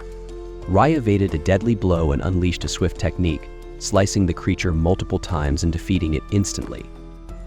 With the Minotaur's fall, the soldiers cheered Ryo's arrival, and the remaining monsters retreated. After sheathing his sword, Rio turned to the allies and spotted Flora, who was as moved by their reunion as he was. After sheathing his sword, Rio turned to the others and noticed Flora. She was overcome with emotion, just like him, as if she could not believe the unexpected reunion. Meanwhile, Liselot Kreisha expressed her gratitude for being saved during such a troubling time. She introduced herself as the ruler of Amand and also presented the second princess of Beltram and the current head of Duke Huguenot's house, Gustav. Liselot noticed Flora acting strangely and asked if something was wrong. Rita wondered if Rio had unintentionally been rude. Gathering her courage, Flora asked Rio if they had met before. Rio, however, believed they had not. Flora seemed surprised, certain she recognized him. Gustav asked if Rio was a noble from another land, but Rio clarified that he was simply a wandering swordsman with no ties to royalty. Gustav admired Rio's talent and was pleased to meet such a skilled swordsman. Just then, Chloe and the maids recognized Haruto. Chloe excitedly mentioned helping him at the Rika Guild, and Liselot was surprised to learn that such a remarkable man had been her customer. She bowed to thank him, and the maids followed her lead. Hiroki Sakata then arrived, confidently introducing himself as a hero. Hearing Hiroki's name, Rio wondered if he might also be Japanese, but kept his thoughts to himself. Instead, he acknowledged Hiroki as the hero he had heard about. Hiroki, full of himself, complimented Rio's strength, which embarrassed Rio. Liselot found it amusing that someone who had defeated a Minotaur could feel shy from praise. Hiroki abruptly ended the conversation, calling Flora and Rona to board the carriage and continue their journey. Flora, distracted by Rio, hesitated, but eventually she followed. Rio decided not to reveal too much about himself to Flora, but reflected on his unexpected meeting with Liselot, a powerful noble. He offered to retrieve the damaged carriage flung aside during the battle. Liselot agreed, suggesting they check its condition. Rio, surprised, recognized the blonde woman as Arya, whom his group had seen earlier during their journey. Sally recalled Arya from their academy days, while Celia noted that Arya worked for Duke Krisha's house. During the conversation, Aisha sensed a powerful monster, which led to the earlier battle. At the carriage site, Rio used his sword, enhanced with spiritual arts, to repair it. Liselot praised his skill, assuming his weapon was an ancient artifact. Rio humbly accepted the compliment, but kept the truth about his spiritual arts to himself. Later, as the maid served drinks, Cosette joked with Chloe about introducing her to Rio. Their playful argument was interrupted by Liselot, who reminded them to focus on their work. The drinks were served to celebrate the victory, and Arya informed Liselot that the carriage was ready. Liselot thanked Rio for his brilliant idea that saved the transport. Cosette offered Rio a specially prepared fruit drink to relieve his fatigue, leaving the maids whispering about her behavior. Meanwhile, Gustav worried about removing the Minotaur's giant sword blocking the road. Hirakaki confidently approached the weapon and, to everyone's amazement, lifted it with sheer brute strength. The crowd cheered as if he had achieved something extraordinary, and Hirakaki basked in their admiration. As the group prepared to depart, Rio wondered aloud if it was truly fine for him to join the convoy. Gustav, proud of his heroic efforts in saving everyone, warmly reassures Rio that it is an honor to carry him wherever he wishes to go. Lieselot, thinking of their arrival in Amand, mentions that she would like to formally express her gratitude to their savior. Embarrassed by her words, Rio asks her not to bow. Hiroki agrees, pointing out that someone as important as a ruler should not bow easily to others. Flustered by their reactions, Lieselot quickly apologizes. After that, Hiroki acknowledges Haruto's good manners and grants him permission to join their journey. As always, Rio is simply honored to be given such an opportunity. While this is happening, Latifa is teaching the Japanese students the language of straw. After finishing the lesson, she compliments her students on their rapid progress. Misato, excited by the praise, proudly calls himself a prodigy. His sister Aki quickly bursts his bubble, reminding him that their excellent teacher deserves the credit. When Misato is called away to fish, he eagerly leaves the table without hesitation. Aki tries to remind him about his spiritual arts training, but Misato only wants to play and is already neglecting his duties. Miharu, noticing his playful attitude, remarks that the magical artifacts they use allow him to keep up with the beast children. She notes how much fun he seems to be having. Latifa adds that using these artifacts is also beneficial for their spiritual arts practice. However, she points out that apart from Misato, the female students need to put more effort into their training. Later, during a training session supervised by Orphea, the students practice summoning water spheres. Misato manages to control the water for a reasonable amount of time, but Aki struggles. She grows frustrated, feeling something might be wrong with her. She wonders if she simply lacks talent. Seeing her discouragement, Orphea ends the session and invites the students for tea. Aki, still upset, decides to take a walk instead. As she strolls, Aki comes across two beast children pretending to cook with an empty pot. The sight brings back a fond childhood memory. She remembers playing a similar game with Haruto and Miharu. Back then, Haruto had promised her that they would always be together, but one day he was taken away. The broken promise left young Aki heartbroken and filled with despair. While wandering, Latifa notices Aki looking sad and gently encourages her to return home.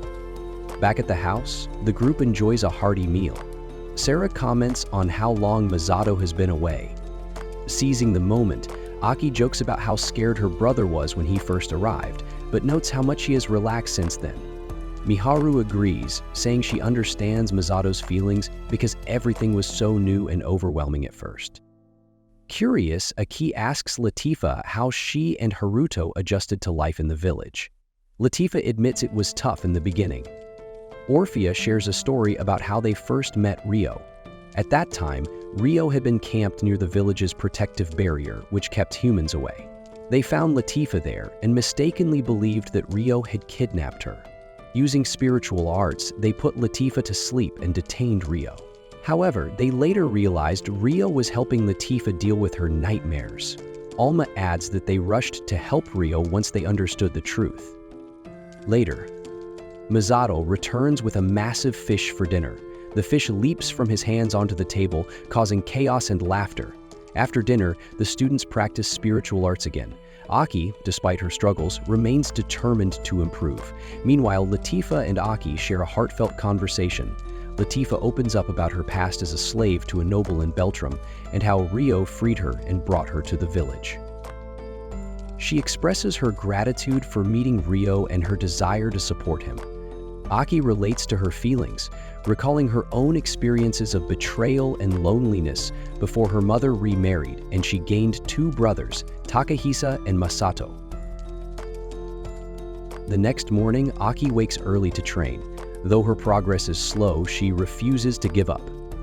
When she returns home, Orphea surprises her by wearing a school uniform, explaining that she wanted to dress up for a special breakfast.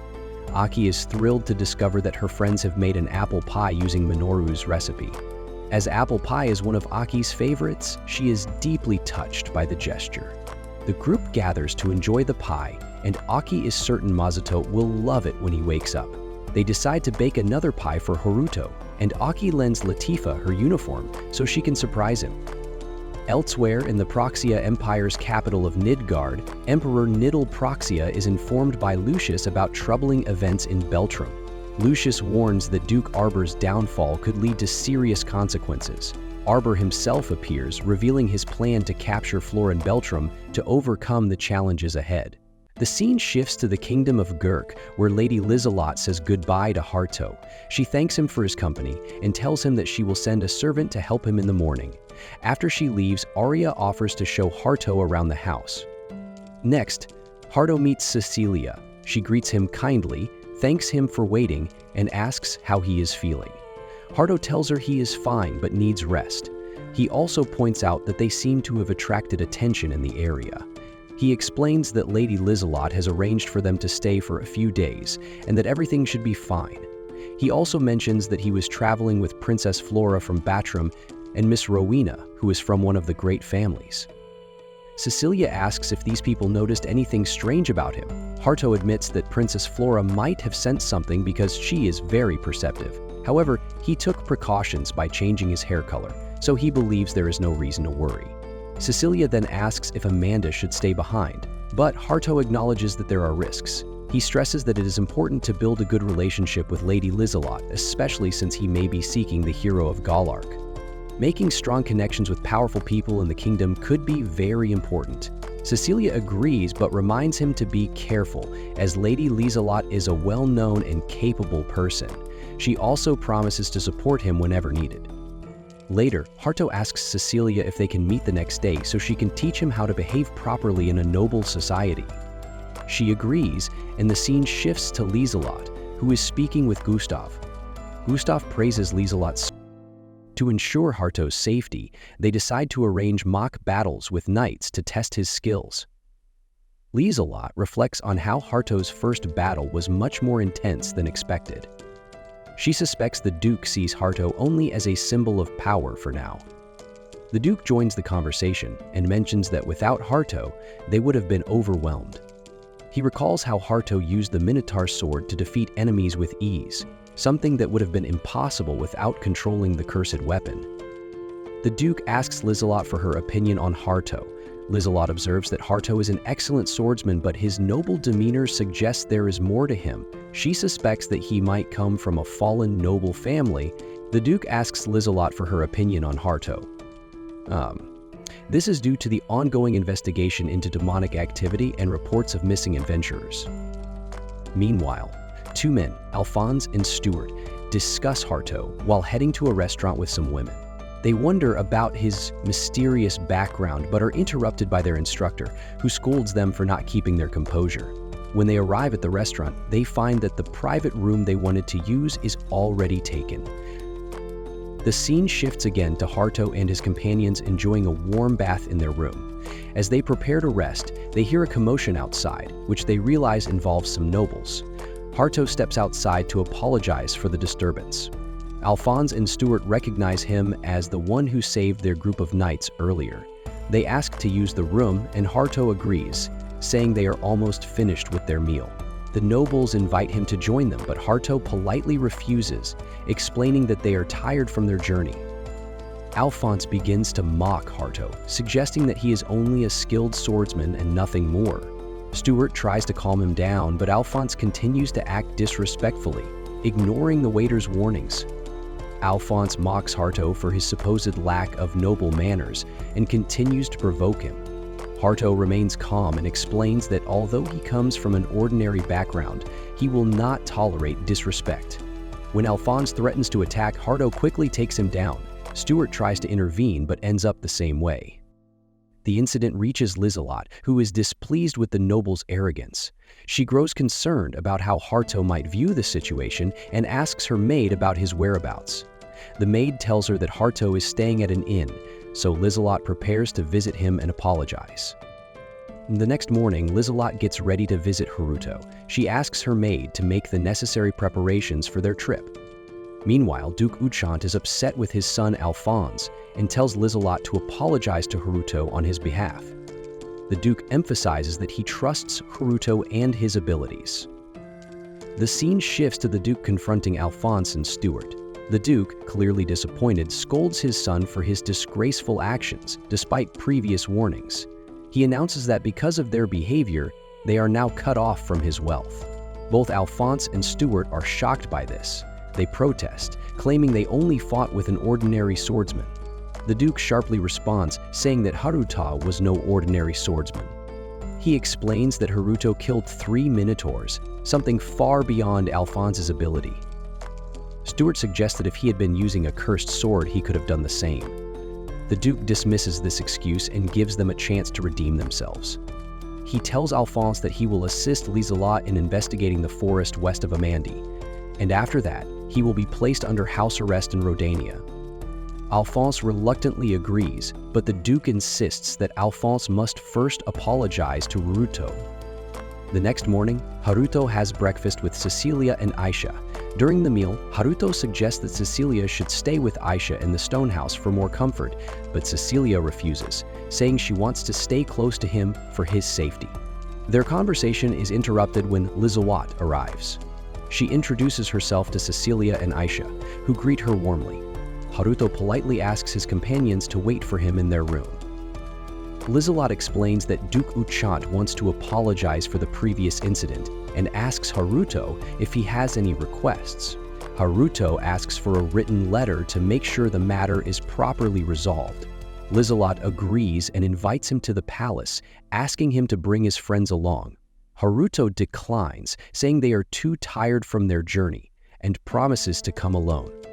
At the palace, Haruto meets Duke Uchant. The Duke expresses his willingness to take responsibility for his son's actions and leaves the matter of how to resolve it to Liselot. Haruto agrees to let the offenders apologize. When Alphonse and Stuart come to offer their apologies, Haruto accepts, though Alphonse clearly still holds some resentment. Later, Haruto meets Princess Flora, who is happy to see him again. As they talk, Liselot praises the palace chef, and Haruto mentions the difficulties he faces when trying to recreate rice dishes from his world. The prince samples the food and is very impressed.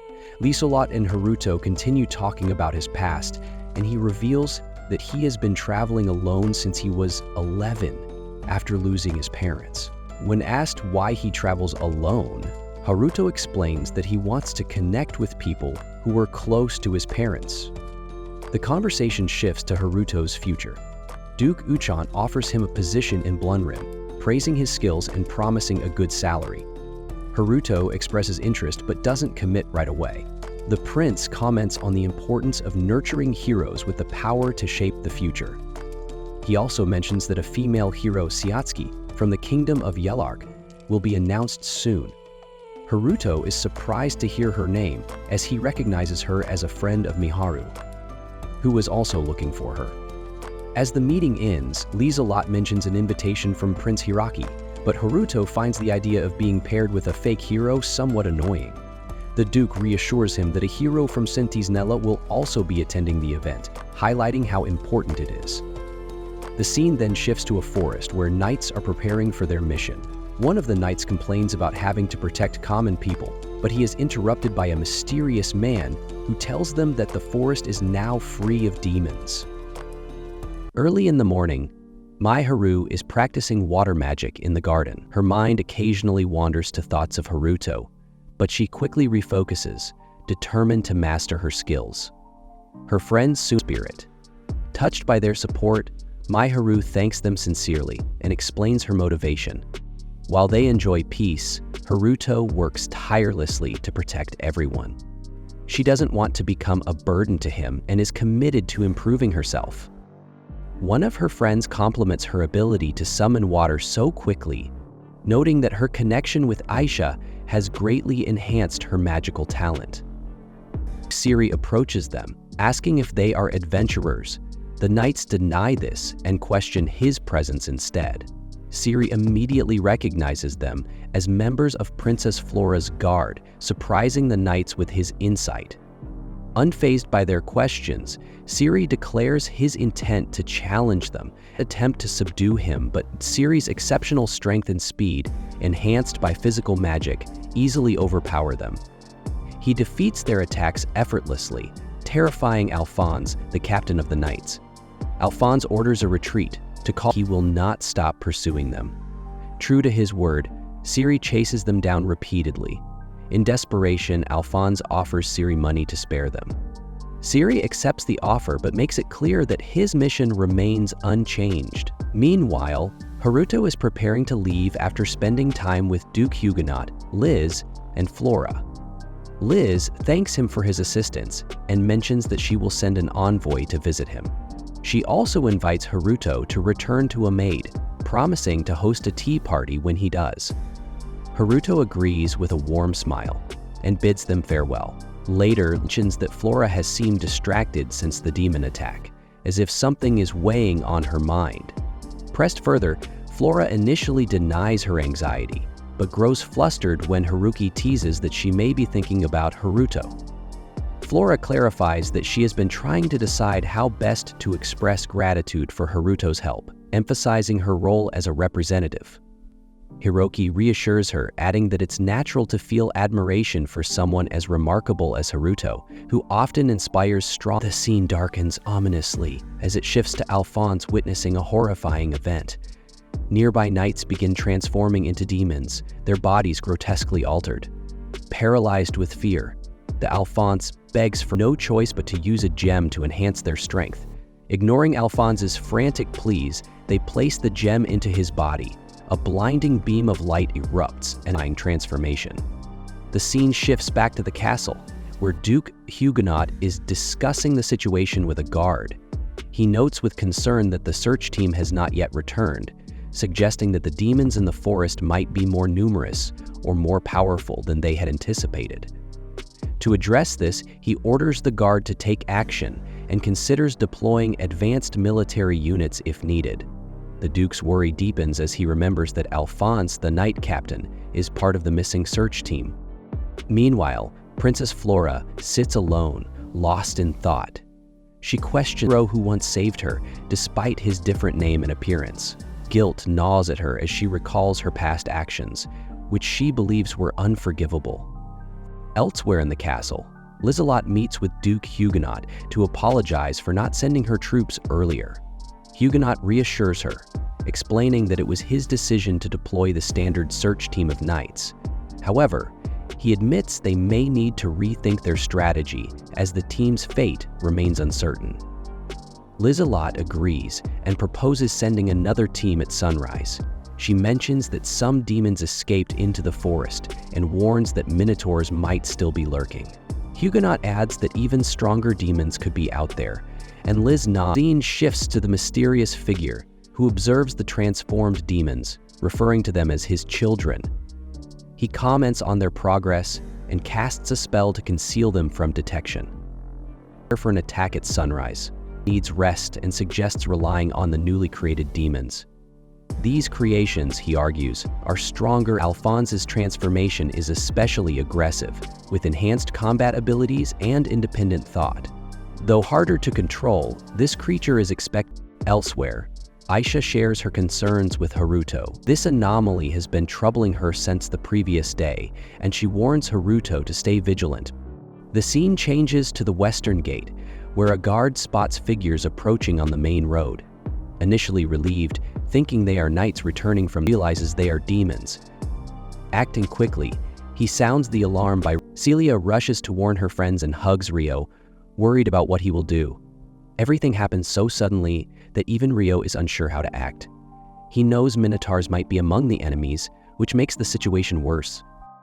The first step is to gather information.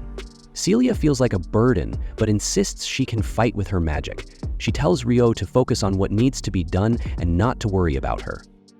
Rio prepares for battle. Loud explosions and smoke scare the people as destruction begins at the gate. Rio flies up to get a clear view of the chaos. Enemies. Mages line the walls and reinforcements keep arriving. Ishia warns that many creatures are attacking the east, where defenses are weak. Leading them is a huge minotaur who destroys the east gate with a single blow. Asiya asks Haruto what he will do in this chaos. He tells her to watch over Celia and explains that people are evacuating the western and northern districts. He says staying at the inn is safest for now. Since fewer soldiers are defending the east gate, Rio decides to help there. Before Rio arrives, Chloe holds off the enemies with her photon bullets. She buys time for residents to escape, but knows they won't last without reinforcements. The monsters keep coming, and stronger ones are joining the fight. Just as the situation becomes desperate, Rio arrives and destroys the frontline enemies with powerful magic. He takes the lead and tells Chloe and the others to handle the monsters in the square. A massive beast appears, but Ryo stands firm. Using his enchanted sword, he isolates the new wave of enemies and fights on, impressing the soldiers with his power. Elsewhere, OTT gathers information. Nela reports about the Minotaur leading the eastern attack and the large number of monsters. Chloe is the only one defending the gate. Meanwhile, Cosette and other maids are helping with the city's evacuation. Lizaldot orders Natali to gather the maids and head to the east gate, leaving the Duke's knights to protect the mansion. Lancelot hears that Ryo is already fighting at the east gate and feels relieved. Meanwhile, in the shadows, Lucius and Duke Arbor from Praxia are infiltrating the city. Lucius is impatient to fight, but Arbor insists they wait for the Minotaur's signal. Arbor also notices a strange aura in the city center, suspecting something significant is about to happen. At the east gate, Ryo continues to fight alone. A soldier asks Chloe who the swordsman is. She says it's Ryo, the skilled warrior who saved them before. The soldier thinks skilled is an understatement, but Chloe knows Ryo isn't invincible. She warns Amanda to prepare for when Ryo tires. Ryo notices that the Minotaurs and Revenants stay in the rear, even though they could easily push forward. He wonders about their strategy and asks Aisha telepathically if anything has changed in the city. She says nothing major except that people are avoiding the square and the evacuation is almost done. She adds that the Western Gate resistance is holding strong. Nathalie and Cosette arrive at the East Gate and see Ryo handling the fight alone. They worry he will exhaust his magic. Ryo tells them his friends are still at the inn and need help evacuating. To cover his absence, he offers to deal with the Minotaur. The maids think this will be hard, as the Minotaur is deep in the trenches, but Ryo confidently says he can handle it in a minute. He raises his enchanted sword and fires a magical beam that pierces the Minotaur's chest, killing it instantly. He then sweeps the battlefield with another strike, taking out hundreds of monsters. Afterward, he announces he is leaving and entrusts the rest to Lancelot's maids. Cosette, blushing, openly praises Ryo as magnificent. Her friends try to break the awkward atmosphere her comment creates. Meanwhile, at the Western Gate, Amanda's infantry holds the line with support from archers, keeping the monsters at bay. Arya Governess, Lancelot's strongest maid, leads the resistance at the Western Gate. She cuts down several goblins with her sharp blade, but she knows there are far more monsters here than in the forest attack. She wants to use her most powerful magic to destroy them all at once, but she must conserve her energy for the long battle ahead. One thing confuses Arya. The strongest monsters, the Minotaurs and Revenants, stay at the back, not attacking. They seem frozen, like statues. Arya decides to take a risk and push forward, but just as she moves, the still monsters begin to roar. Their deep, powerful screams echo through the entire city. This roar is the signal Praxia's infiltrators were waiting for. Lucius seems relaxed, like he's enjoying a break, but Arbor urges him to move quickly. Arbor warns that the monsters might be killed before they get their chance. Before leaving, Arbor turns to Alphonse, a special revenant, and tells him he is their greatest hope. Alphonse confidently promises he won't fail. The powerful monsters finally charge into the city with full force, creating chaos for the defenders. Iria orders all units to do whatever it takes to stop the attack. She decides to handle the massive Minotaur herself. Showing no fear, Iria leaps toward the monster, ready to strike its head with her sword. Meanwhile, Ryo retrieves Celia and Aisha. As they return, a disguised revenant reveals himself and attacks a child. Ryo steps in and defeats the monster with one swift slash. But he isn't alone. More revenants, disguised as humans, appear, spreading panic in the city. Ryo moves quickly, defeating each one. After the fight, the child's mother thanks him for saving her. Chloe arrives, drawn by the noise, but finds the situation already under control. The child, Myrelle, tells Chloe that Ryo is incredibly strong and saved everyone. Chloe is impressed and thanks Ryo, but he is more focused on helping other areas of the city. He informs Chloe that monsters disguised as humans have entered Amond. Chloe plans to report this to Lancelot. As residents gather near the soldiers, Chloe advises them to evacuate to the northern walls. They agree and follow Ryo's group. Ryo worries about staying with the evacuees, as he needs to move freely to fight. However, Celia reassures him, calming his nerves. More evacuees approached by a soldier. The soldier tells Rio that Lysolot has ordered him and his companions to be welcomed into her mansion. Rio follows the soldier, ready to rest briefly before the next fight. Later, Alphonse Rodin, the special revenant, leads Lucius to a guest room in Lysolot's mansion. Before entering, Lucius warns Alphonse to avoid harming the princess. He adds that if Alphonse doesn't kill the hero, he can do whatever he wants afterward. Alphonse, confident in his power, assures Lucius he feels stronger than a minotaur and will succeed. Lucius wonders if the monster has gone mad from his mutation, or if he still retains his mind. As they talk, a guard hears voices in the hallway and demands to know who is there. Lucius calmly replies that he was just handling a small matter and will leave soon. The guard, unconvinced, draws his sword and approaches. With no way to avoid confrontation, Lucius steps into view. The guard asks who else is with him. Lucius smirks and says no humans are by his side. Suddenly, a loud thud comes from the room. Hiroki, inside, hears the noise and alerts Duke Huguenot. The Duke orders his men to investigate. When the guards open the door, Alphonse and several revenants burst out, killing the soldiers. Alphonse lets out a booming laugh as he enters the room. The soldiers in the room prepare to fight, but Alphonse unleashes his monsters, making the situation chaotic. The Knight Captain tries to protect the VIPs, but the monsters are too strong, easily overpowering the soldiers. While the soldiers are struggling, a monster approaches Hiroaki. In a moment of panic, Hiroaki throws a sculpture at it, which, of course, does nothing. Then he remembers he has a sword. Just as he summons it, Alphonse charges at him, landing an uppercut that knocks Hiroaki out cold. Alphonse smugly admits he's been wanting to punch him for a while. Meanwhile, Huguenot, hearing the monster talk, is freaked out. Alphonse then turns to him, saying he's next on the list, and promises a painful death. Panicking, Huguenot copies Hiroaki, throwing a mirror at Alphonse, but Alphonse casually catches it and punches him in the stomach. Stuart tries to save his father, but is restrained by a monster. The Knight Captain and other soldiers are also pinned down. Stuart finally breaks free, but gets knocked over when Alphonse throws the Duke at him.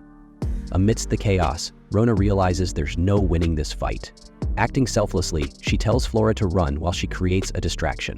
Flora protests, but Rona insists it's their only chance.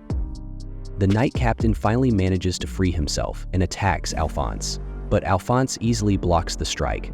One soldier even cuts off a monster's hand, but the monster just laughs as if it's a joke. Taking advantage of the distraction, Rona and Flora make their way to the gate. A voice outside calls for Princess Flora. Rona hands her over to the person, asking them to keep her safe, and then closes the door. The man outside turns out to be Lucius, who drags Flora away despite her protests. She begs to go back to help Rona and the others, but Lucius tells her it's pointless. No help will arrive in time since the monsters inside are enhanced revenants. Shocked, Flora asks who he is. Lucius reveals that he's not one of their soldiers, and admits he's there to kidnap her. But he laments how boring it is to sneak her away like this. He gleefully imagines how Rona will feel when she realizes Flora was taken because of her. She doesn't stand a chance against Flora. She has what it takes. Meanwhile, outside the mansion, Rio and his party notice citizens gathering in the state. Aisha senses monsters inside the mansion, interrupting their conversation. Lysolot joins them, relieved they're safe, and thanks Rio for holding off the monsters at the east gate. Rio humbly credits the soldiers for the success, and Lysolot offers to guide them to safety. However, Rio questions if there are monsters in the mansion. Lysolot assures him there haven't been any reports, and wonders why he's concerned. Rio points to an area of the mansion that feels off, and Lysolot reveals it's where the princess and hero were evacuated. Despite her confidence, she sends someone to check. Seirei looks crushed after hearing Lucius's threats, and Lucius, he loves her despair. Right then, Rice shows up, clearly annoyed but calm, saying, "Hurry up, man. The human-faced spirit just arrived at the mansion." Lucius immediately understands, picks up Flora like luggage, and coldly warns her that if she screams, he'll cut off her feet. Rice, watching Lucius, thinks, this guy is more beast than man, as Lucius walks away, his interest now shifting to chasing his twisted form of pleasure. Lucius says, meanwhile, inside the mansion, Rona is blasting photon bullets at the monsters, but it's like trying to fight a tank with a slingshot. The monsters shrug it off and lunge at her. Just in time, the Knight Captain steps in with a swing of his sword, but the monster dodges with ease. Hiroaki wakes up, furious about being knocked out earlier. Alphonse notices and thinks, tougher than I gave him credit for. Hiroaki decides it's hero time, slicing through the monsters in front of him in a flash. However, when Rona is in danger again, Hiroaki leaps to her rescue, taking down more monsters with one sweeping strike. Feeling unstoppable, Hiroaki turns his attention to Alphonse. With a water magic-infused sword strike, he slashes at him so hard that it blows a hole in the mansion wall. People outside the mansion see the damage and think, "What's going on in there?" But Alphonse dodges and flees the room. Hiroaki tries to chase him, only to be knocked out from behind by Rice. "Can't have you awaken your powers just yet," Rice mutters. Rice orders Alphonse to head outside, hinting at some interesting prey waiting for him.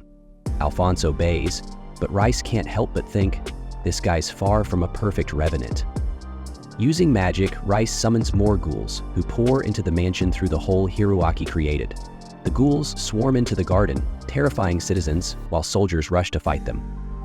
Outside, Ryo notices the chaos and steps in, slaying a revenant with one strike.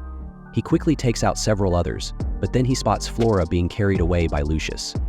Sensing Ryo's gaze, Lucius stops to taunt everyone, announcing that he's taking the princess.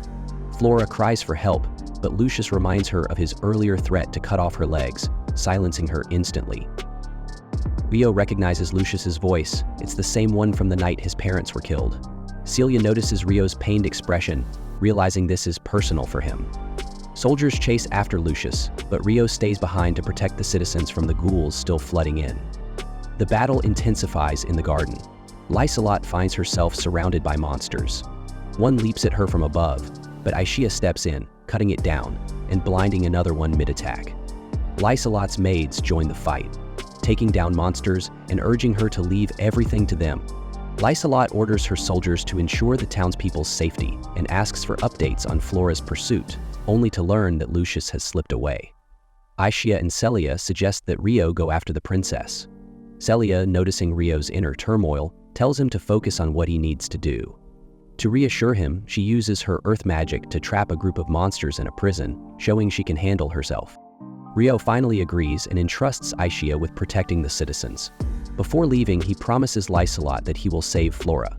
Aishia then instructs Celia to erect barriers for the citizens while she takes care of the remaining monsters. Celia creates barriers around the entire estate, surprising Lysolot with her skill. She even comments that not even court mages can do this. Outside the barriers, Aishia enhances her strength and rushes into battle, taking down monsters left and right. However, the monsters recover almost instantly. Realizing her current strategy isn't working, she calls out to Chloe for her spear. Chloe hesitates for a moment, but hands it over, readying Aishia for her next move. Aishia tears through the battlefield like a one-woman army, slashing down ghouls left and right. Lysolot, watching in awe, realizes she's just as powerful as Haruto, and can't help but wonder, who are these people? Aishia soon finds herself surrounded by ghouls, but Celia stays calm, confident Aishia will handle it. Meanwhile, Alphonse spots Aishia and remembers seeing her with Haruto. His twisted pride kicks in and he tells his lackeys, "Don't kill her, I'll handle this one myself." Alphonse jumps into the fray. His minions swarm Aishia, but she takes most of them out in a single strike, looking more annoyed than anything else. Frustrated, Alphonse orders the rest of his goons to attack Celia and the others, while he focuses on fighting Aishia one-on-one. The ghouls hammer away at Celia's magical barrier, eventually breaking through. As one monster lunges at Celia, she reacts quickly, using her earth magic to trap most of them. But one sneaky ghoul slips through and goes straight for her. Before it can attack, Aishia hurls her spear with perfect aim, taking it down effortlessly. Aishia then turns to Alphonse, fighting him barehanded like a total boss. She dodges his strikes with ease and soon has him backed into a corner.